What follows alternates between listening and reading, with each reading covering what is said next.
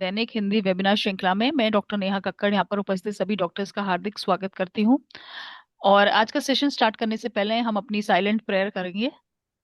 तो जैसा कि आप सब जानते हैं, आईएफपीएच निरंतर दैनिक वेबिनार आयोजित करता है। हिंदी में हमारा सेशन होता है 7:30 से 8:30, 8:30 से 9:30 हमारा इंटरनेशनल इंग्लिश सेशन होता है, और 9:30 से 10:30 हमारा लोकल मलयालम सेशन। आज की जो हमारी गेस्ट स्पीकर हैं वो हैं डॉक्टर आस्था रावल। डॉक्टर आस्था का मैं बहुत बहुत स्वागत करती हूँ आईएफपीएच फोरम पे। और इनका इंट्रोडक्शन मैं देना चाहूंगी। डॉक्टर आस्था बीएचएमएस और एमडी हैं इन प्रैक्टिस ऑफ मेडिसिन, और NTET 2025 क्लियर कर चुकी हैं, जो कि एजुकेशन का एक टेस्ट होता है। तो इसलिए ये क्लिनिकल प्रैक्टिसेस के साथ एजुकेशन में भी और रिसर्च में काफ़ी एक्टिव मेंबर हैं, और काफ़ी विद्यार्थियों का मार्गदर्शन करती है होम्योपैथिक मेडिसिन के ऊपर। तो इसी श्रृंखला में आज डॉक्टर जो आस्था हैं हमारे को जिस टॉपिक पे आज अपना लेक्चर देंगी वो है homeopathic approach to varicose veins. Varicose veins में किस तरह से होम्योपैथी हमारी मदद कर सकती है, उसके ऊपर डॉक्टर आस्था अपना सेशन देंगी। तो डॉक्टर आस्था, आपका बहुत बहुत स्वागत है, और आप प्लीज स्टार्ट कर सकते हैं। First of all, I would like to thank IFPH team for giving me this opportunity, and big congratulations to the team as well for conducting so many successful live webinars, for giving guidances in homeopathy. And today my topic is homeopathic approach in varicose vein. So I would like to share my screen first. Let me have to.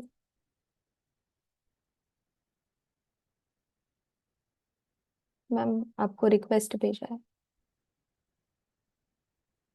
हाँ जी, अभी आया नहीं है दोबारा।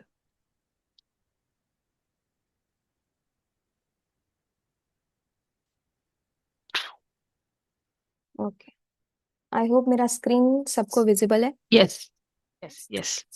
And thanks to you, Dr. Neha ma'am, for giving such a nice introduction about me.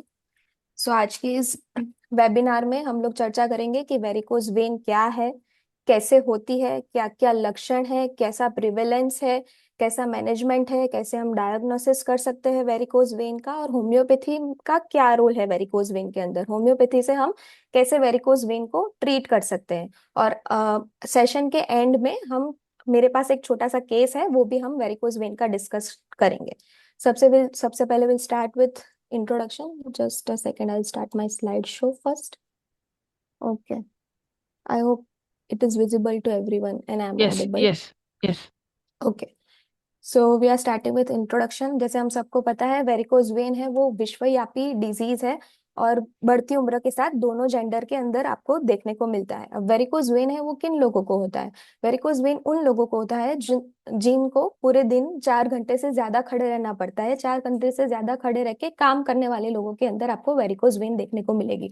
अब varicose vein के अंदर होता क्या है? वेरिकोज वेन है उसमें क्या है, जो हमारी वेन्स है वो स्ट्रेच्ड, एनलार्ज और ट्विस्टेड हो जाती है। मतलब सूजी हुई, फूली हुई, मुड़ी हुई नसें जो हमारे बॉडी के अंदर प्रेजेंट होती हैं उसको वेरिकोज वेन कहते हैं। इसके डिफरेंट डिफरेंट टाइप्स है, जैसे कि आप देख सकते हैं ट्रंक, रेटिकुलर और स्पाइडर वेन्स।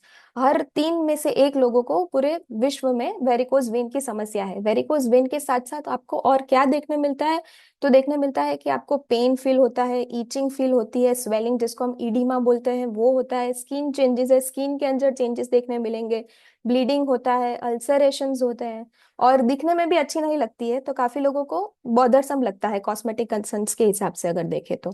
अब अगर हम जाए डेफिनेशन वेरिकोज वेन की, तो वेरिकोज वेन है वो dilated, elongated, tortuous superficial veins है जो मोस्ट कॉमनली हमारे लोअर लिम्ब में प्रेजेंट होती है। और वो क्यों होती है? क्योंकि हमारे लोअर लिम्ब के जो वाल्स है वो इनकॉम्पिटेंट हो गए, वो अच्छे से काम नहीं कर पा रहे, जिसकी वजह से क्या है, वीनस रिफ्लेक्स हो रहा है, खून वापस डाउनवर्ड फ्लो हो रहा है, और ब्लड का पुलिंग हो रहा है आपके वेन्स के अंदर। ज्यादातर वेरिकोज वेन्स जो है वो हमारे सुपरफिशियल लोअर लिम्स की जो वेन्स है उसमें देखने मिलती है। उसके अलावा अगर हम देखें तो हमारी बॉडी में और कहाँ कहाँ वेरिकोज वेन देखने मिलेगी, तो जैसे रेक्टम में in the form of piles, oesophagus में in the form of varices, and spermatic veins में in the form of varicosis, जो मेल्स के अंदर देखने मिलता है।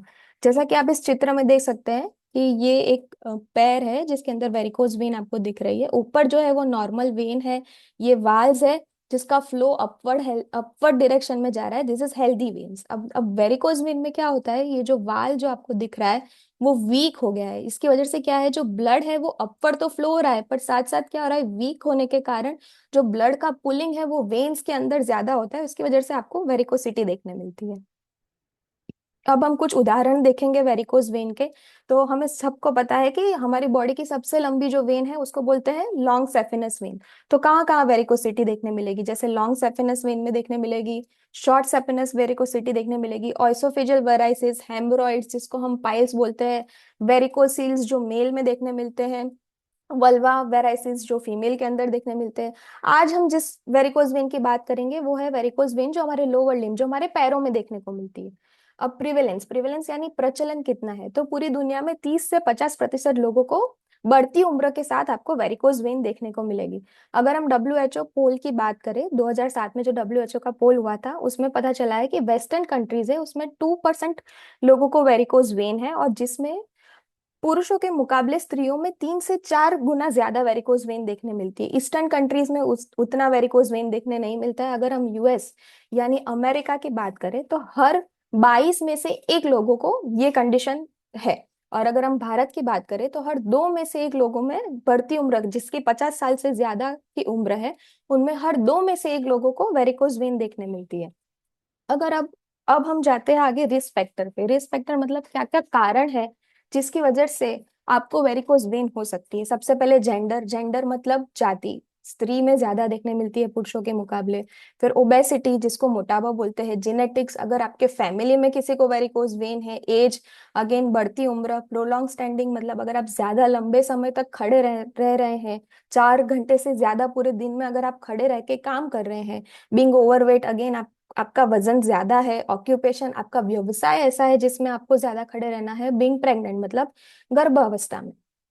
सबसे पहले हम एक एक करके सभी चीजें डिस्कस करेंगे। सबसे पहला है जेंडर। तो रिसर्च से पता चला है कि स्त्रियों के अंदर वेरिकोज वेन पुरुषों से ज्यादा देखने मिलती है। क्यों? क्योंकि स्त्रियों के अंदर कुछ ऐसे हॉर्मोन्स है, जैसे मैं नाम दूं प्रोजेस्टेरॉन।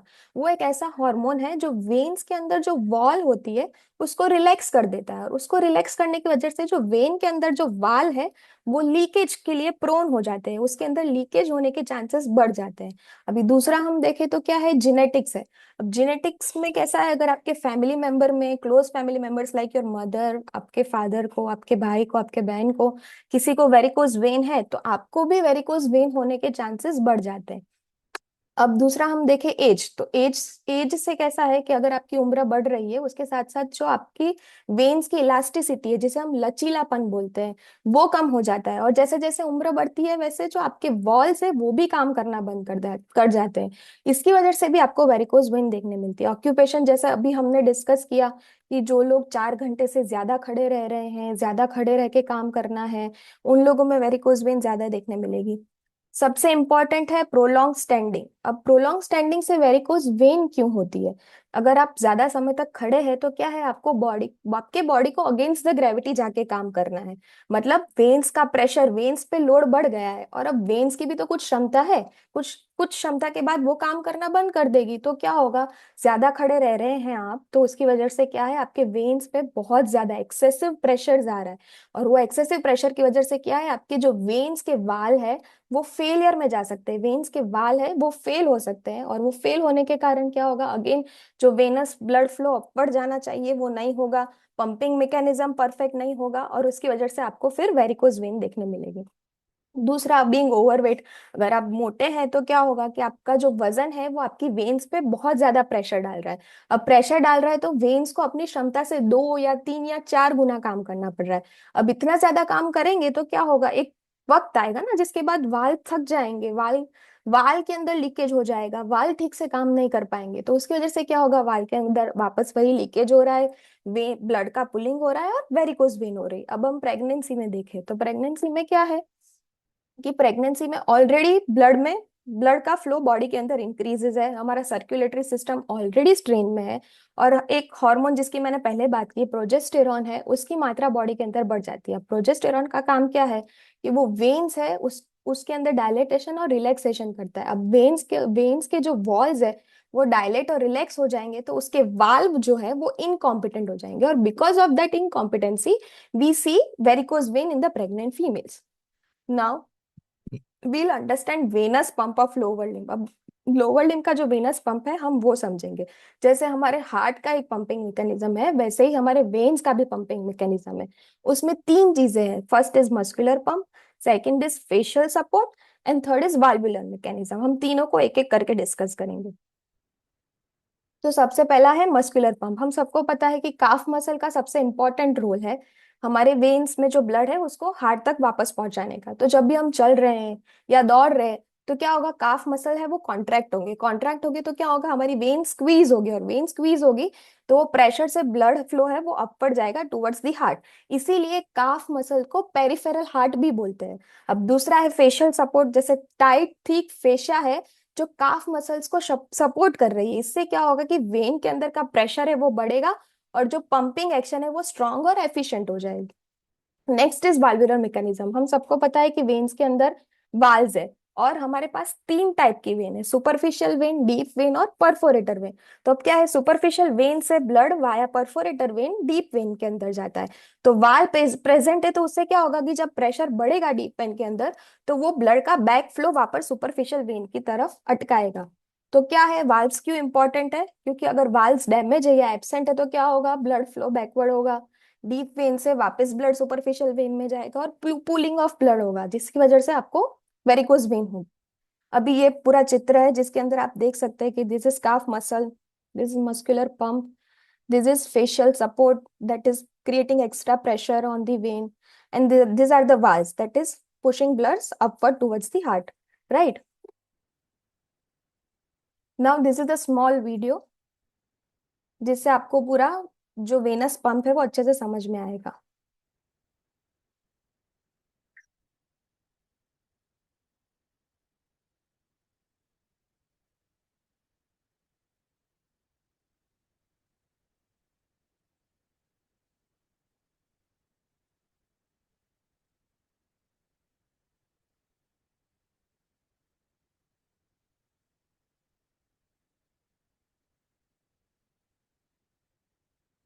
तो ठीक है, क्या हो रहा है, जो काफ मसल्स है वो अगेन जब कॉन्ट्रैक्शन हो रहा है मसल का तो वाल ओपन हो रहा है, ब्लड फ्लो अपर जा रहा है, और जब मसल रिलैक्स हो रहे हैं तो वाल वाल क्लोज हो जा रहे हैं ताकि ब्लड फ्लो बैकवर्ड ना जा सके। अभी इटियोलॉजी हम चलते हैं कॉजेस के ऊपर वेरिकोज वेन के। वेरिकोज वेन के दो इंपॉर्टेंट कॉज है, प्राइमरी एंड सेकेंडरी। अब हम देखते हैं प्राइमरी कॉजेस में क्या है, प्राइमरी वेरिकोज वेन कैसे डेवलप होती है। तो प्राइमरी वेरिकोज वेन तब डेवलप होती है जब आपके वेन की जो वॉल है वो वीक है, या तो फिर आपके वॉल वाल्व्स जो है वो डिफेक्टिव है, या आपके बर्थ के टाइम से प्रेजेंट नहीं है, या तो फिर वाल्व भी वीक है, तो आपको प्राइमरी वेरिकोज वेन हो सकती है। और उसके अलावा अगर आपके जो वेन्स के अराउंडिंग जो मसल कोट है, जैसा अभी हमने वीडियो में देखा, जो मसल्स है वो वीक है, तो वो क्या है, कॉन्ट्रैक्शन प्रॉपर नहीं करेंगे, इसकी वजह से क्या है, वेन्स पे प्रेशर नहीं आएगा और वो ब्लड फ्लो वापस अपवर्ड नहीं जाएगा। तो ये तीन चीजें हैं, या तो वॉल नहीं है, या तो वाल्व एब्सेंट है, या तो मसल कोट वीक है। इन तीनों चीजों की वजह से आपको प्राइमरी वेरिकोज वेन हो सकती है। एग्रावेटिंग फैक्टर कौन कौन से हैं, प्रोलॉन्ग स्टैंडिंग किन किन लोगों में ज्यादा देखने मिलती है, जैसे टीचर्स है, ट्रैफिक पुलिस है, फार्मर्स है, होटल वर्कर्स है, जिनको लंबे समय तक खड़े रहना है, या पैर लंबे करके पैर नीचे हैंग डाउन करके काम करना है, उन लोगों में आपको वेरिकोज वेन ज्यादा देखने मिलेगी।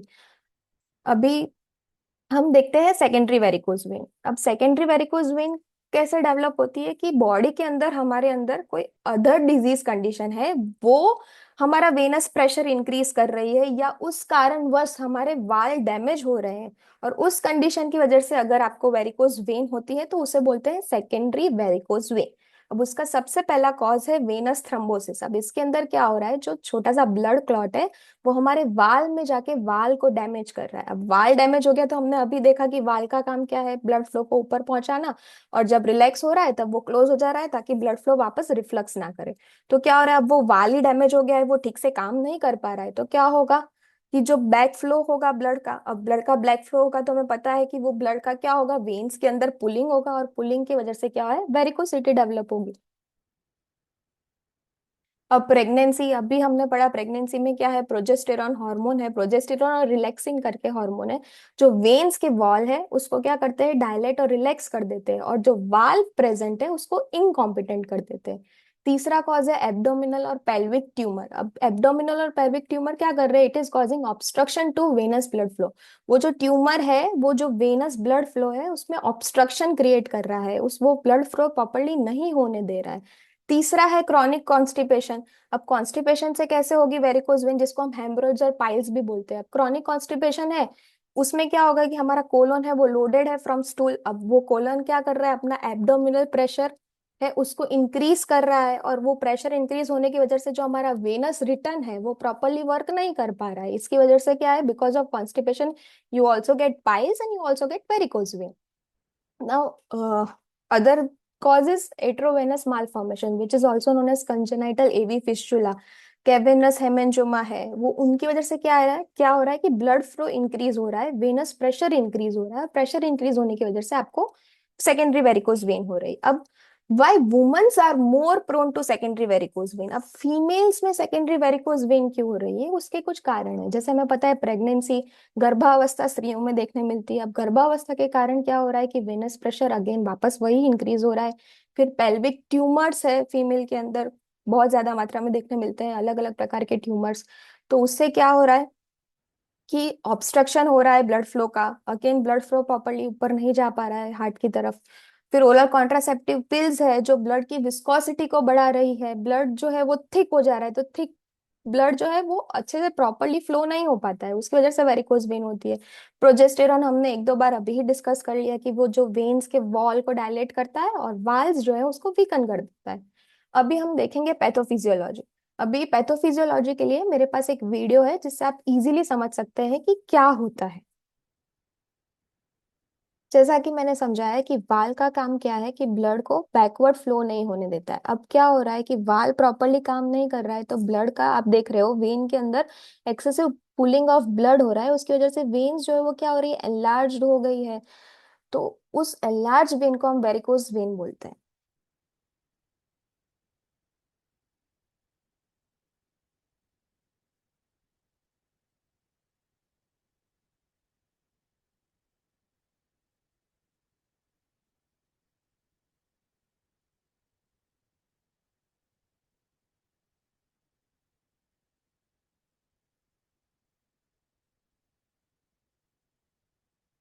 सो ये एक एनिमेटेड वीडियो था ताकि आपको अच्छे से समझ आए कि क्या पैथोफिजियोलॉजी है, कैसे क्या वाल का क्या डिसफंक्शन हो रहा है जिसकी वजह से आपको वेरिकोज वेन देखने मिलती है। अब हम जाएंगे क्लासिफिकेशन के अंदर। तो वेरिकोज वेन को तीन प्रकार में विभाजित किया गया है। Classification one is according to its location, कहाँ प्रेजेंट है उसके हिसाब से। Classification two is according to its size, वो किस साइज में है। और classification three is according to CEAP classification, ये एक क्लासिकल क्लासिफिकेशन है वेरिकोज वेन का।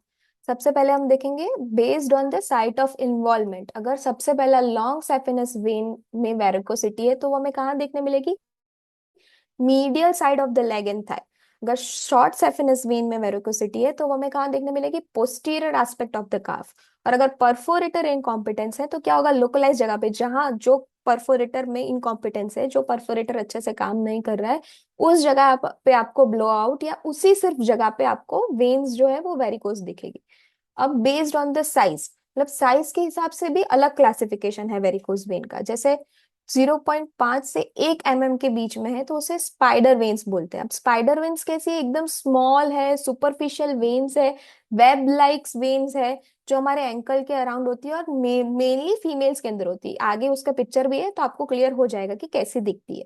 दूसरा है रेटिकुलर वेन्स। अब रेटिकुलर वेन्स क्या है, 1 से 3 mm के साइज के अंदर है तो उसे रेटिकुलर वेन्स बोलेंगे। अब रेटिकुलर वेन क्या है, स्लाइटली लार्जर है, मतलब जो स्पाइडर वेन से है उससे थोड़ी बड़ी है, ब्लूइश वेन्स है और सबक्यूटेनियस टिश्यू के अंदर प्रेजेंट है। और तीसरी जो है वो वेरिकोज वेन है जिसका साइज 3 mm या 3 mm से ज्यादा है।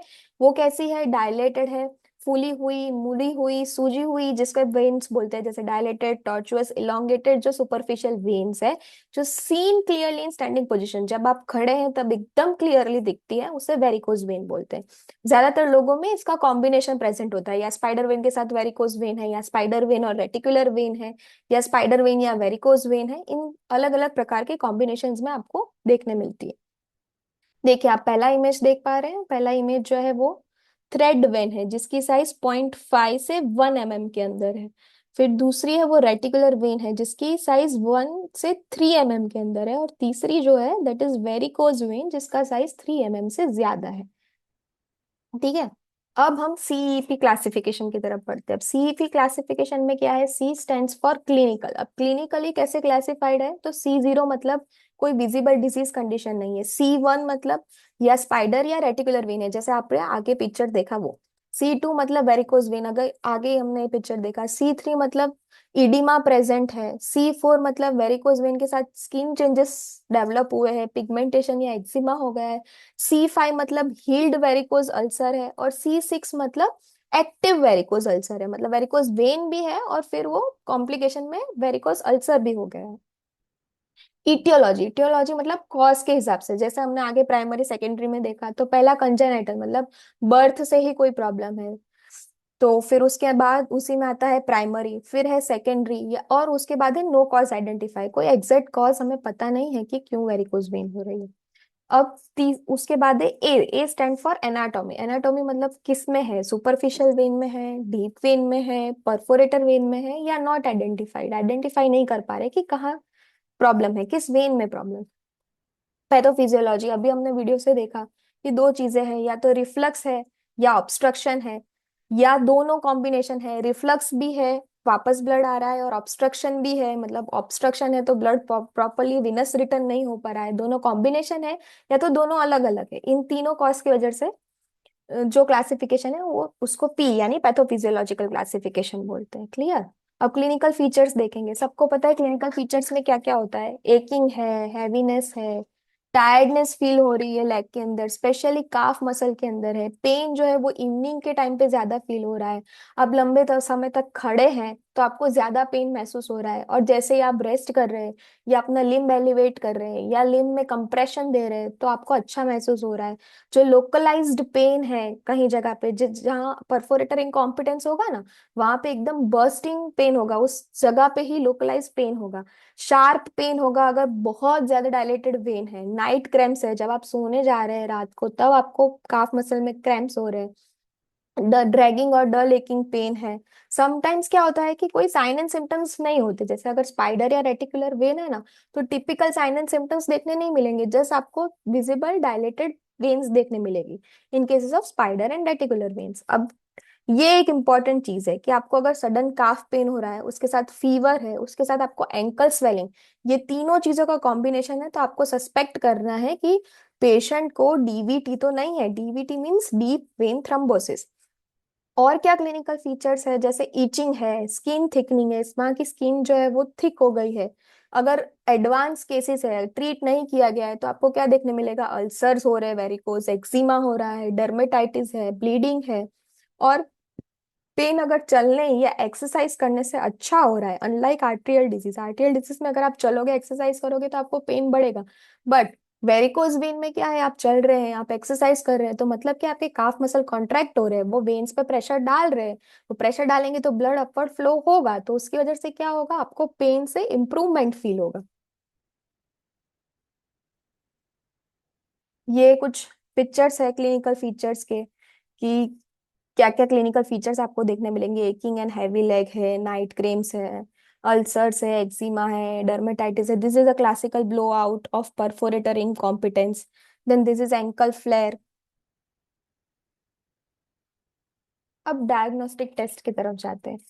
जैसे डायग्नोस्टिक टेस्ट बहुत सारे हैं वेरिकोज वेन के अंदर, पर सबसे इंपॉर्टेंट डायग्नोस्टिक टेस्ट है Trendelenburg test, also known as Brodie's Trendelenburg test. अभी इसमें क्या है, इससे हमें दो चीजें पता चलती है कि सेफेनोफिमोरल इनकॉम्पिटेंस है या परफोरेटर इनकॉम्पिटेंस है।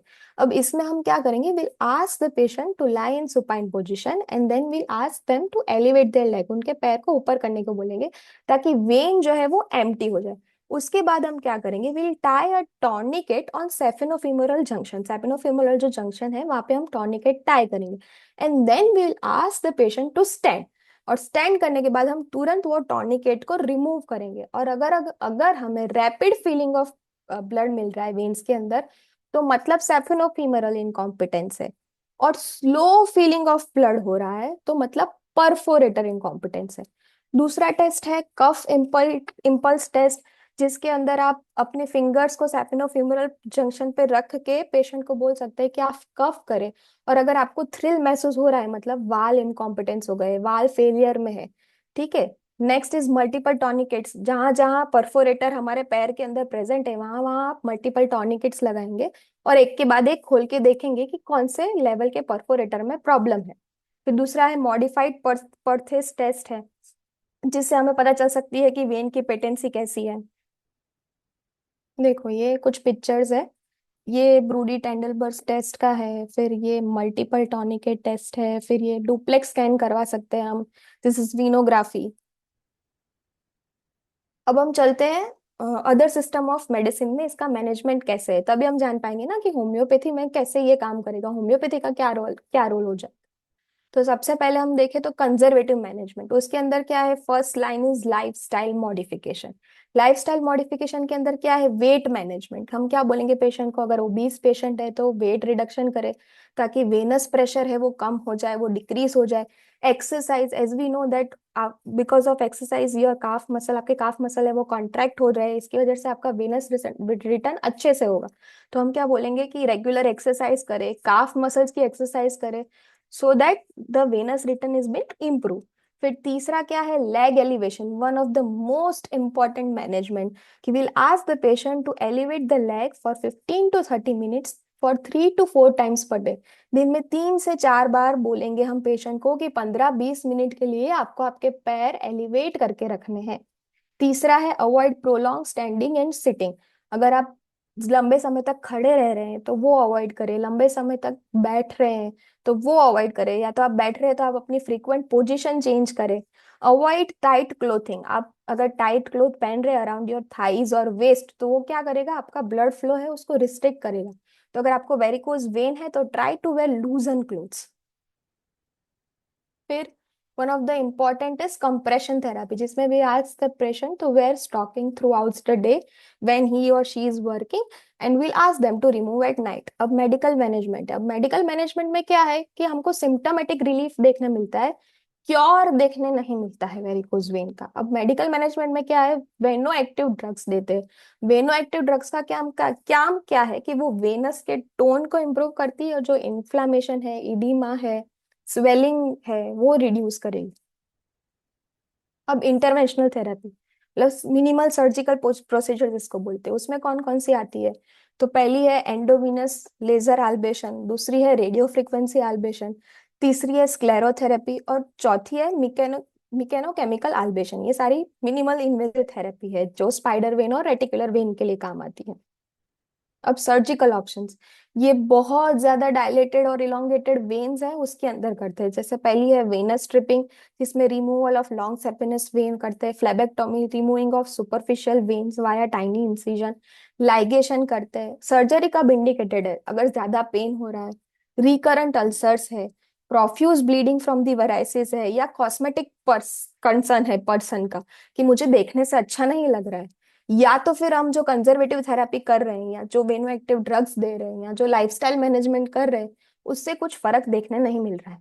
तो इन सारी कंडीशन में हम सर्जरी एडवाइस करते हैं। अब हमारा आज का इंपॉर्टेंट टॉपिक कि how homeopathic medicine help in cases of varicose vein. तो वेरिकोज वेन में होम्योपैथी कैसे काम करेगी, अब वेरिकोज वेन में होम्योपैथी का काम कैसे है कि वो जो हमारे वेन्स के वॉल है उसको स्ट्रेंथन करती है, prevent blood pulling in the when, जो ब्लड का पुलिंग जो हमने वीडियो में देखा कि जो वाल अच्छे से काम नहीं कर पा रहे हैं, जो बैक फ्लो हो रहा है उसकी वजह से ब्लड जो है वो वेन्स के अंदर पुल हो रहा है, तो उस पुलिंग को रोकती है। रिड्यूसेस स्वेलिंग एंड इडिमा, अब इडिमा और स्वेलिंग तो हम होम्योपैथी से भी रिड्यूस कर सकते हैं। हेल्प्स विथ फ्लेबाइटिस, मतलब जो वेन्स का इन्फ्लामेशन है जिसकी वजह से आपको पेन फील होता है वो कम करती है। तीसरा क्या है, रिलैक्सेस टिश्यू, जो टिश्यू सराउंडिंग जो वेन्स के हैं उसको रिलैक्स करती है ताकि क्या हो, आपका पेन कम हो सके। अब हम सबको पता है homoeopathy is an holistic approach, we treat the patient as a whole. So now how homoeopathy can be effective for varicose vein. तो अगर हम लाइफस्टाइल चेंजेस के साथ साथ होम्योपैथिक मैनेजमेंट कर रहे हैं तो we can, I will not say cure, but हम इफेक्टिवली मैनेज कर सकते हैं वेरिकोज वेन को। अब हम जाएंगे इंपॉर्टेंट मेडिसिन, होम्योपैथिक मेडिसिन जिसका वेरिकोज वेन में बहुत अच्छा रोल है। सबसे पहली है कैलकेरिया फ्लोर। तो कैलकेरिया फ्लोर क्या करती है, जो हमारे वेन्स है उनको स्ट्रेंथन करती है। It strengthen the veins, it reduces swelling and inflammation, जो स्वेलिंग और इन्फ्लामेशन है उसको कम करती है। Hard lumps become smaller and softer, जो हार्ड लम्स है वो स्मॉल और सॉफ्ट हो जाते हैं। फिर जो वेन्स है और स्किन है उसकी इलास्टिसिटी को रिगेन करवाती है, मतलब जो लचीलापन है वेन्स का, स्किन का, वो वापस लाती। सिम्टम्स क्या है कैलकेरिया फ्लोर के, तो जो वेन्स है that are they are enlarge dilated veins, hard and stony glands है, veins are visible under the skin, swollen and inflame veins and tendon. अगर ये सारी कंडीशन ये और ये सारे सिम्टम प्रेजेंट है तो आप कैलकेरिया फ्लोर के बारे में सोच सकते हैं।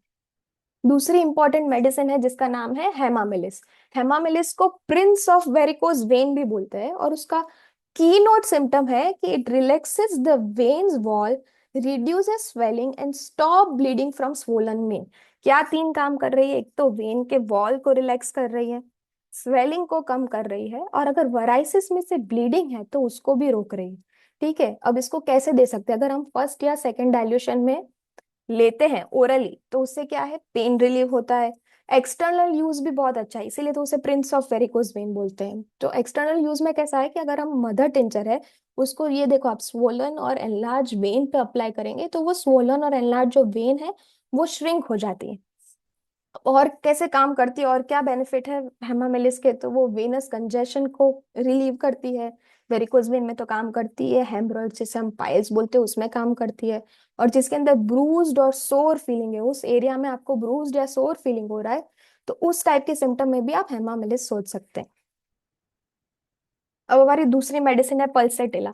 पल्सेटिला का की फीचर है shifting, throbbing limb, pain and swollen heavy legs. ठीक है, और इसमें सबसे इंपॉर्टेंट फीचर ये है कि varicose vein is worse after hanging limb down. अगर आपके पैर है वो कॉन्स्टेंटली हैंग डाउन हो रहे हैं तो पेन आपका बढ़ रहा है, तो ये क्लिनिकल एकदम कीनोट सिम्टम है जिसके ऊपर से आप पल्सेटिला दे सकते हैं। अब पल्सेटिला के और क्या फीचर्स है कीनोट, तो स्वेलिंग एंड इन्फ्लेम वेन में, swollen veins of forearm and hand, feet is red, inflamed and swollen, leg feels heavy and tired।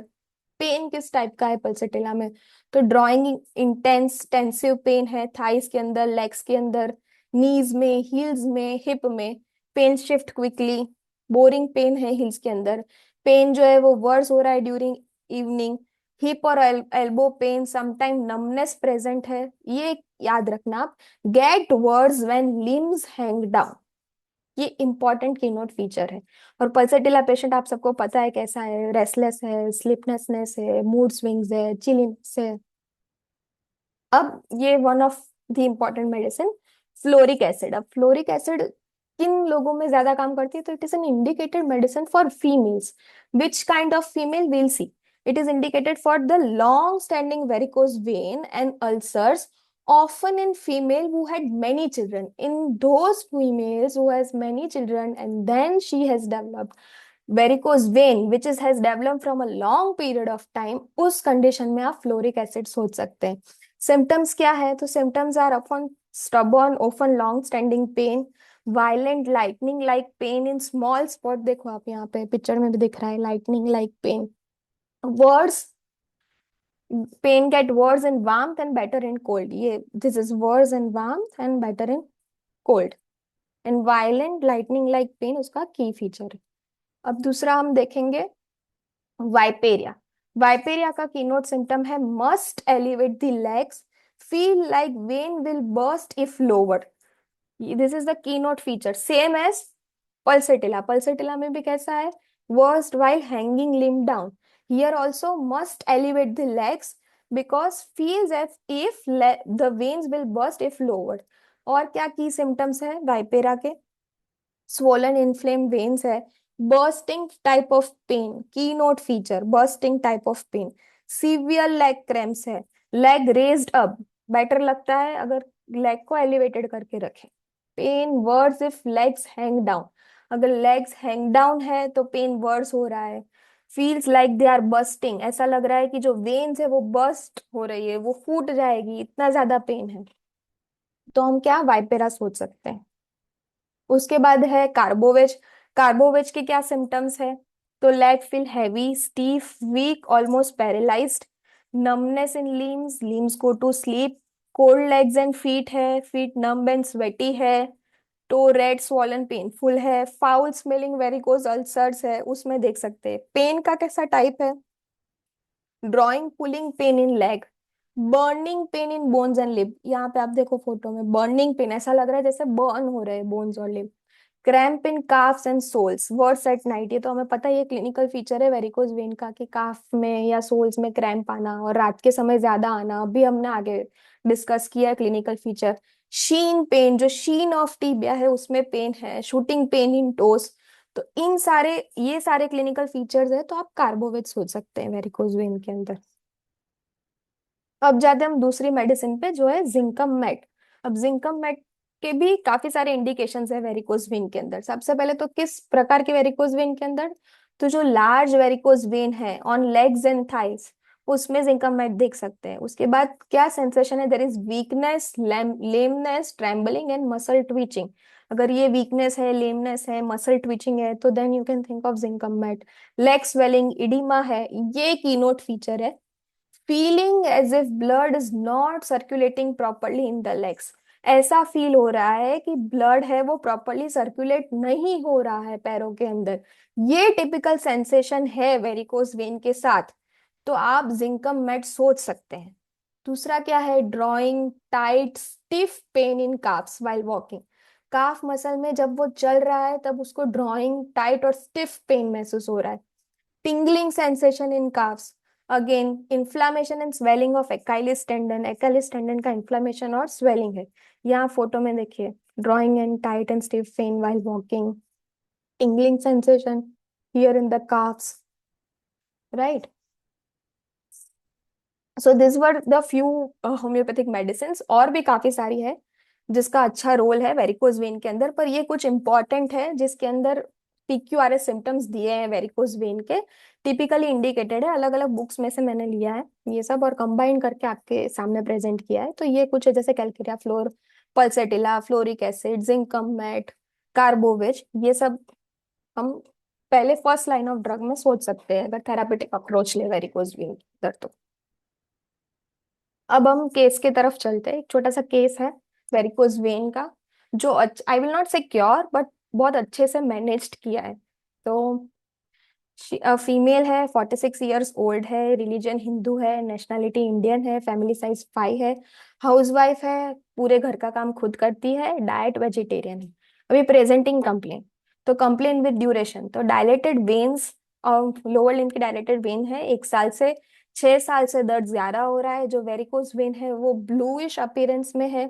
उसके साथ साथ क्या है, 2 महीने से एंकल में इडिमा भी चालू हो गया है। लोकेशन क्या आएगा, लोअर लिम्ब। सेंसेशन क्या है कि severe burning type of pain है लेग के अंदर, लेग के अंदर फुलनेस और हैवीनेस है।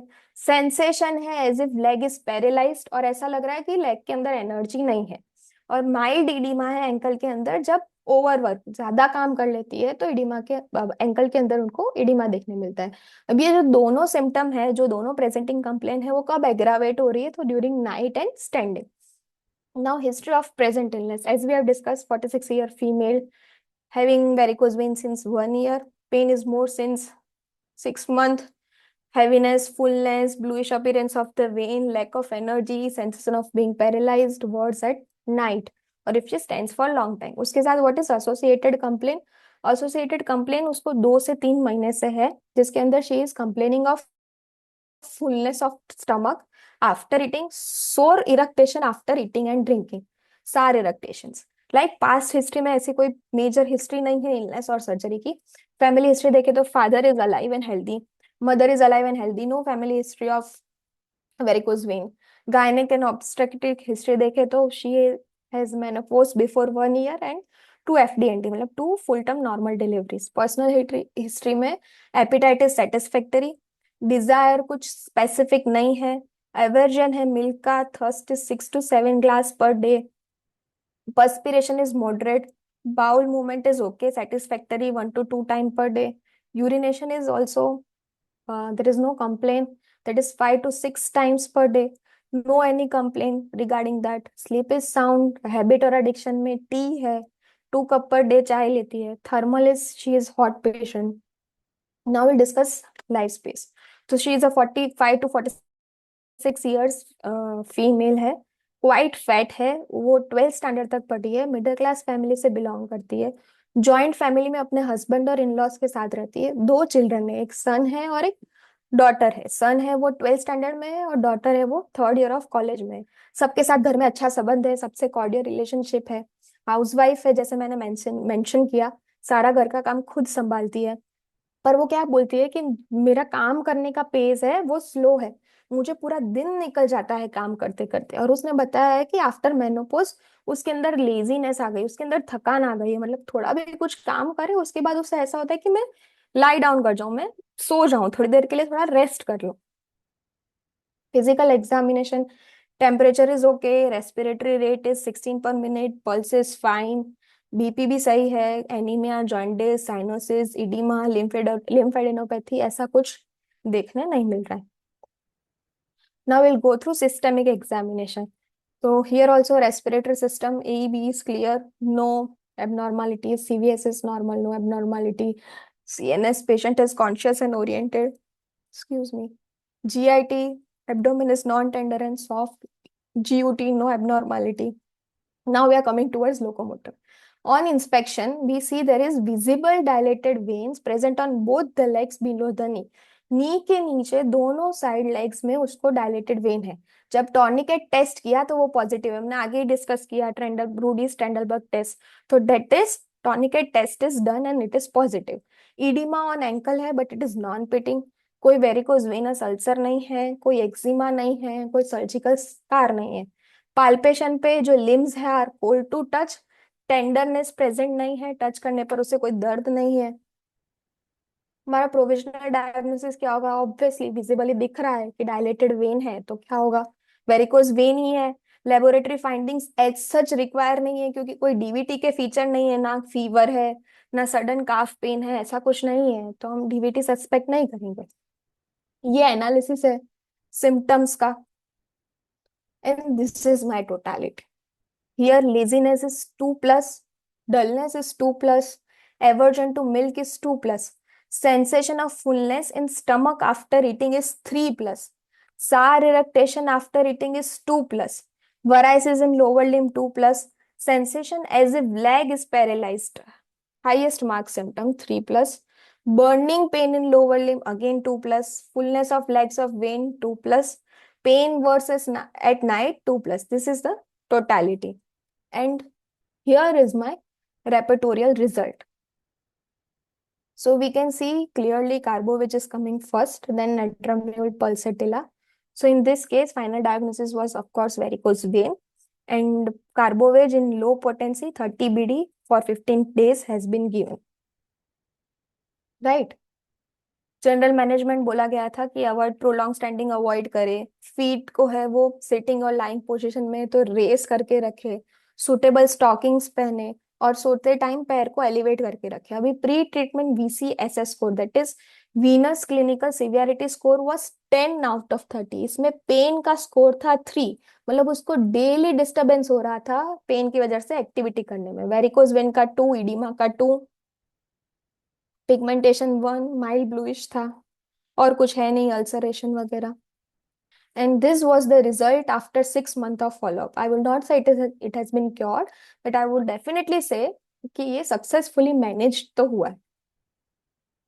और पोस्ट ट्रीटमेंट स्कोर, पेन 0 हो गया है, ओकेशनल पेन है, अगर ज्यादा लंबे समय तक खड़ी रह रही है या ओवर वर्क कर रही है तो पेन देखने मिल रहा है। Again I said varicose vein is 2, properly cure नहीं है पर अच्छे से मैनेज्ड है, राइट। सो उसका स्कोर 2 है, कंप्रेशन की अब जरूरत नहीं है।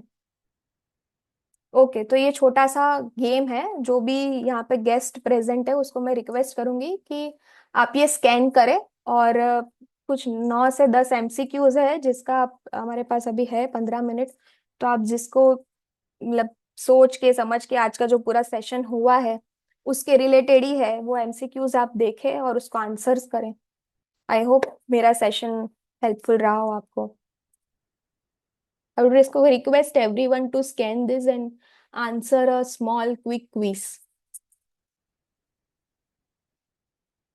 ओके।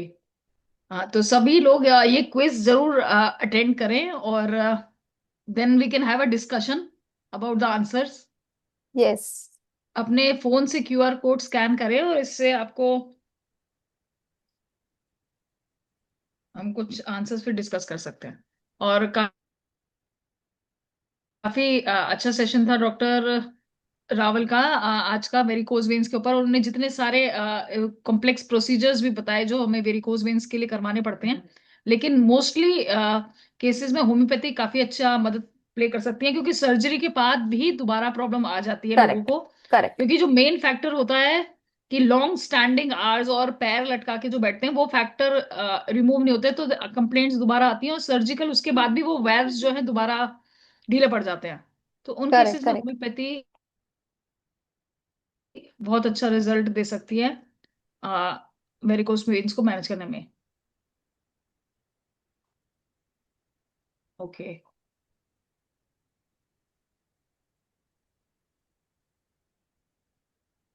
तो आई I गेस hope सब सबने लोग स्कैन। अपने फोन हाँ। पे हाँ जी।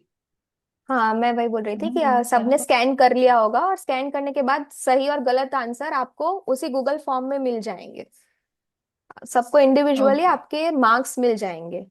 So we don't need to discuss here. You will okay. know what if you have selected a right answer or not. Okay. Hello. हाँ ma'am, so we are done here with this session. The yes quiz was yes. the last part of my okay session. Okay. I hope सबको अच्छा लगा हो session, कुछ हाँ जी, informative बहुत बहुत information अच्छा मिली है हो। और इन्फॉर्मेटिव सेशन था। आपने पूरा डिटेल में बताया, और जो मेडिसिन की जो रिप्रेजेंटेशन थी बहुत ही कलरफुल अलग टाइप से थी जो आपने स्लाइड्स बनाई थी। Thank you. It thank you was ma'am. Very मतलब इजी होता है कॉम्प्रिहेंड करना, जिस तरह से हम बच्चों को करेक्ट करेक्ट। सिखाते हैं। तो पिक्चर मोडेड जो आपने स्लाइड बनाई, it was very nice. Thank you ma'am. Okay. यहाँ पे पेन मैनेजमेंट के लिए और क्या मेडिसिन हम यूज कर सकते हैं मैम एक्यूट पेन के लिए, मैम? मैम एक्यूट पेन के लिए जैसे हम काफी सारी और मेडिसिन है, डिपेंड करता है मैम। बेलाडोना सोच सकते हैं, लेकेसिस सोच सकते हैं। जैसे यस। पूरा हम बोले ना स्नेक ग्रुप पूरा हम देख यस। सकते हैं। यस। मैं वही बोलना चाह रही थी, यहाँ पे लेकेसिस और एक क्रोटालिस हॉरिडस बहुत यस, अच्छा काम करती है। क्रोटेलस हॉरिडस, वेरी हाँ जी। Correct ma'am. Burning sensation vipera अगर है मैंने आपको। ऑलरेडी डिस्कस किया है, क्योंकि वाइपेरा के अंदर मतलब दिया है यस। बोल्ड लेटर्स में कि वेरिकोज वेन हाँ जी। Worse by hanging leg down ऐसा। यस। सो कि जिसमें भी, और वाइपेरा इज क्रोटालिस हॉरिडेस का स्पेसिफिक स्पेसिफिक सिम्टम होता है कि बर्निंग सेंसेशन बहुत होती है करेक्ट। पेशेंट को वहां पे पेन के सेम। साथ। और अगर हम्म। डार्क कलर्ड आपकी वेन्स हैं और टॉर्चुअस भी हैं, तो क्रोटालिस बहुत अच्छा काम करेगी। लेकेसिस में अगर आपको मेंटल सिम्टम्स मिल रहे हैं, लोक्वासिटी मिल रही करेक्ट। है, तो उसमें भी हम्म। वेरिकोज वेन्स बहुत अच्छा काम करती है। एक मेडिसिन और है जो मैंने देखी है, क्योंकि जिन लोगों को मेनोपॉज आता है पास में, तो पोस्ट मेनोपोजल। ग्राफाइटिस हम दे सकते हैं। Yes ma'am. वेरिकोज वेन्स पे ग्राफाइटिस भी बहुत अच्छा काम करती है। ऐसे तो फिर we can think of Arnica as और वेल। कोई और questions? That's a Lycopodium also हम देख यस। सकते हैं। यस। आर्निका, लाइकोपोडियम, और मोस्टली जो है लोअर पोटेंसीज में ज्यादा अच्छा चलता है, क्योंकि करेक्ट लॉन्ग टर्म करेक्ट। हमें देना होता है। कई बार correct six long term potency, और 6 पोटेंसी। करेक्ट, और वाल यस, 30 इनकॉम्पिटेंट हो गए पोटेंसी। हैं, पैथोलॉजी काफी डेवलप हो गई है, तो विल नॉट प्रेफर हाँ जी। Higher potencies. यस, बिल्कुल। और कोई यहाँ पे किसी का कोई क्वेश्चन हो या कोई केस शेयर करना चाहता है तो प्लीज ओपन है। और क्विज भी सब लोग अटेंड कर सकते हैं, इससे आपका नॉलेज बढ़ेगा।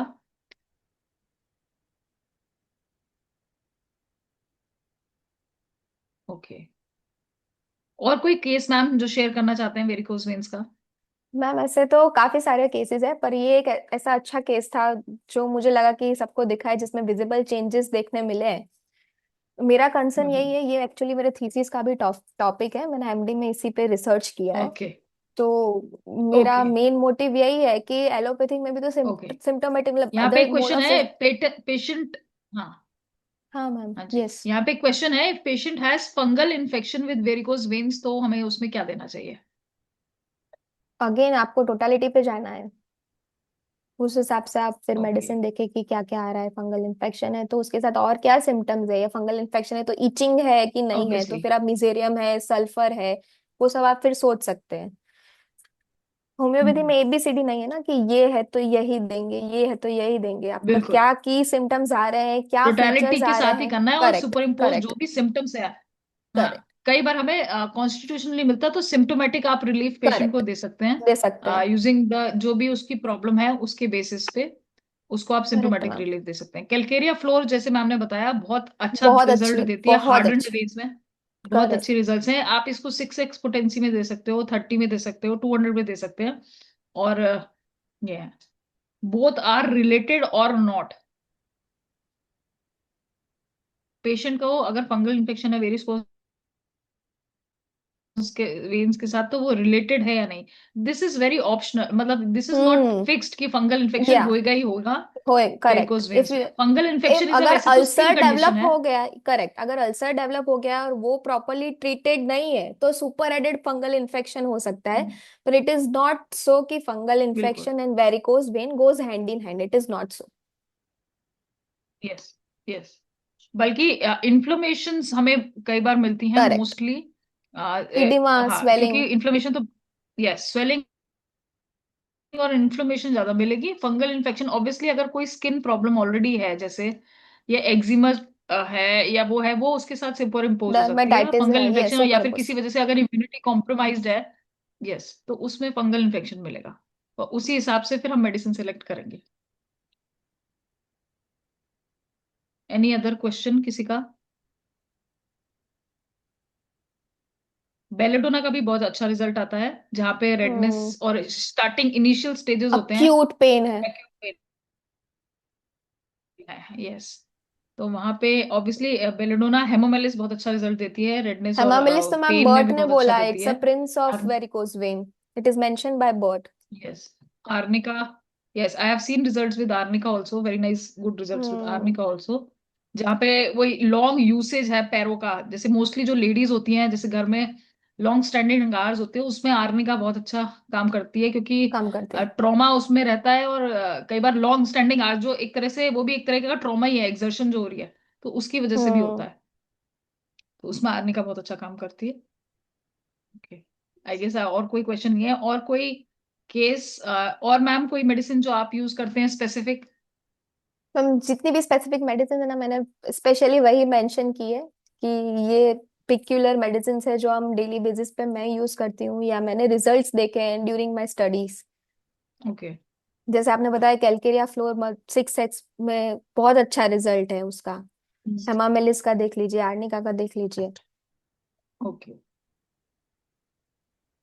तो मैम मोस्टली वही कौन सा एज ग्रुप आपने देखा अपनी स्टडीज में जो इफेक्टेड था? मेजरली अबाउ 50 ईयर्स, मैंने प्रिवेलेंस में भी दिखाया है कि 50 ईयर्स, मतलब 50 ओके। ईयर्स से ज्यादा जो लोग हैं उनमें ज्यादा देखने मिली है। Okay, and ladies are mostly affected I guess, yes या फीमेल्स, यस जेंट्स में भी correct. Equal? No, no, no. Yes. It is more in females, according to my okay. study. Hmm. Okay. Yes. एक तो जैसे pregnancy तो होता ही है, पर मेनोपॉज के बाद भी, क्योंकि Yes, मसल्स रिलैक्स हो जाते हैं, correct. वहां वेन्स पे के भी बहुत वॉल्स है जो वो केसेस में डायलेट और रिलैक्स्ड हो जाते हैं। बिल्कुल, मेनोपॉज के बाद भी काफी कंप्लेंट्स मिलती हैं। और कुछ कुछ केसेस में तो साइलेंट रहती है वेरिकोज वेन्स, उनको पेन करेक्ट। नहीं होता है, सिर्फ एसिम्टोमेटिक वेन्स जिसको दिखाई बोलते देती है। हैं। पेन, अभी रिसेंटली मेरे पास एक केस आया था, 75 ईयर ओल्ड लेडी का। वो कह रही थी कि मेरे को वैसे तो 10-15 साल से ये प्रॉब्लम है, लेकिन मेरे को पेन नहीं होता है। पेन उनको बाद में हम्म। स्टार्ट हुआ जब उसमें इन्फ्लेमेशन होनी शुरू हुई। तो ऐसे भी केसेस हमें देखने को मिलते हैं। यहाँ पे कह रहे हैं क्यूआर कोड ओपन नहीं हो रहा है मैम, कुछ प्रॉब्लम आ रही है उनको। आप देखें ना ओके। उसको स्कैन करके क्यों नहीं हो रहा है।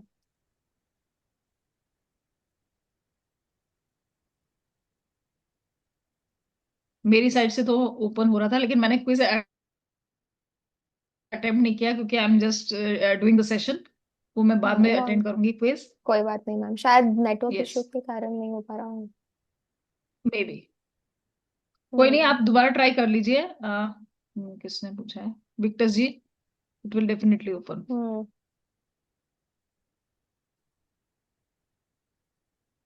डीएक्टिवेटेड बता रहा है। Okay, let me try once. इसमें आपको लॉग इन करना पड़ेगा, वो एक्टिवेट हो जाएगा। अगर आपका गूगल अकाउंट है उस करेक्ट पे आप आपको। लॉग इन करेंगे तो भी वो ओपन होगा, नहीं तो वो डीएक्टिवेटेड दिखाएगा। तो आपको अपने पहले गूगल अकाउंट से लॉग इन करना पड़ेगा। यहाँ पे राम परवेश शाह सर जी कुछ कहना चाह रहे हैं। चलिए, thank you doctor Neha Kakkar, congratulation doctor Aastha Rawal, very thank you sir. Nice, very thank you good sir. describe the varicose vein, but homeopathic main cause of disease invisible, जिसको यस। देखा नहीं जा सकता है, समझे ना। Correct sir. वेरिकोज वेन के बारे में बताया गया है, अहंकार अति दुखद डमरुआ, मद कपट मद मान्य। नेहरुआ इज कॉल्ड, जाल के तरह रोग होता है जिसको वेरिकोज वेन माना जाता है। हम्म। मद कपट मदमान नेहरुआ। तो यह जो है बहुत अच्छा आपका था। और pulsatilla is the very good remedy, varicose vein. Yes. Calcarea fluoric acid, hamamelis, नाजाल एकेसिस, it is lot of medicine varicose vein. जैसा आपने बताया कि जो है स्टैंडिंग ज्यादा खड़ा रहने, अब महिला लोग जो है ज्यादा खड़ा रहकर ही काम करती है, खाना बनाती हाँ है, जी जो सर। भी हाँ करते जी सर। है ना। तो pulsatilla is the very good, तो very very thanks doctor thank you sir. Aastha. ठीक। Thank you so much sir. हाँ, तो आज के हमारे सेशन का ऑलमोस्ट अब टाइम भी ओवर हो गया है, तो मैं बहुत बहुत धन्यवाद देती हूँ डॉक्टर आस्था रावल का आज के सेशन के लिए।